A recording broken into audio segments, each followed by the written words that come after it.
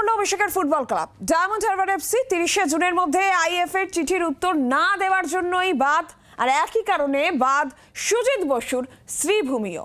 Kolkata football league থেকে বাদ অভিষেক বন্দ্যোপাধ্যায় এবং সুজিত বসুর ক্লাব। অর্কদীপ্ত আরো জানাবেন বিস্তারিত। অর্কদীপ্ত, দেখো, কলকাতা লিগ শুরু হতে চলেছে এবং কলকাতা লিগের ফিক্সচার ইতিমধ্যেই কিন্তু প্রকাশিত হয়েছে এবং ডায়মন্ড হারবার এবং শ্রীভূমি এই দুটো ক্লাবই কিন্তু খেলছে না। 30শে জুন অব্দি সময় দেওয়া হয়েছিল আইএফ এর তরফ থেকে তারা এবারে কলকাতা লিগে পার্টিসিপেট করবে কিনা সেটা জানানোর জন্য, কিন্তু 30শে জুন পেরিয়ে গিয়েছে, কোনো চিঠি আসেনি এবং সেই মোতাবেক ধরে নেওয়া হয় তারা পার্টিসিপেট করছে না। এখন কিছুদিন আগে ডুরান্ড কাপ থেকেও কিন্তু বাদ পড়েছে গতবারের ডুরান্ডের রানার্স ডায়মন্ড হারবার এফসি, অভিষেক বন্দ্যোপাধ্যায়ের ক্লাব, এবং যে কারণে নানা রকম আলোচনার মধ্যে রয়েছে এই ক্লাব। ফলে স্বাভাবিকভাবে এবার কলকাতা লিগ তারা না খেলাতে রেলিগেশন হয়ে যাবে। প্রিমিয়ার ডিভিশনে কিন্তু এই দুই ক্লাব আর থাকবে না।